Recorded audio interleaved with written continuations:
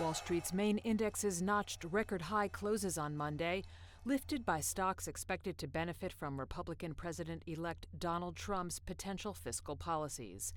The Dow jumped about 0.7%, while the S&P 500 and the Nasdaq notched marginal gains. The S&P has rallied almost 4% since Trump's victory last Tuesday, while the Nasdaq has gained almost 5%. Robert Conzo, CEO and managing director at the Wealth Alliance, said a rally was bound to happen.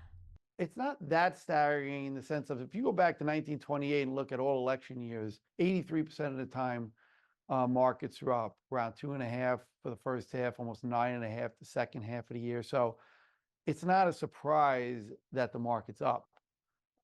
It typically happens.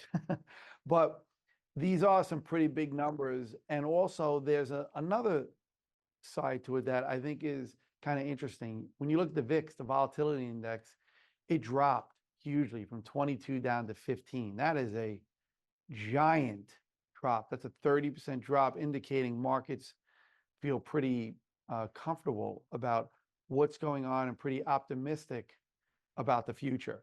Stocks on the move included Tesla, whose value surged 9% to over $1.1 trillion, fueled by bets the EV maker will benefit from CEO Elon Musk's close ties to Trump. But fellow Mag 7 stocks Microsoft, Amazon, and Meta Platforms each experienced losses. Shares of Wells Fargo and JP Morgan Chase lifted the S&P 500 Financial Index, which rallied 1.4%. Investors are watching for the latest inflation data due Wednesday for signals on the Federal Reserve's next policy move.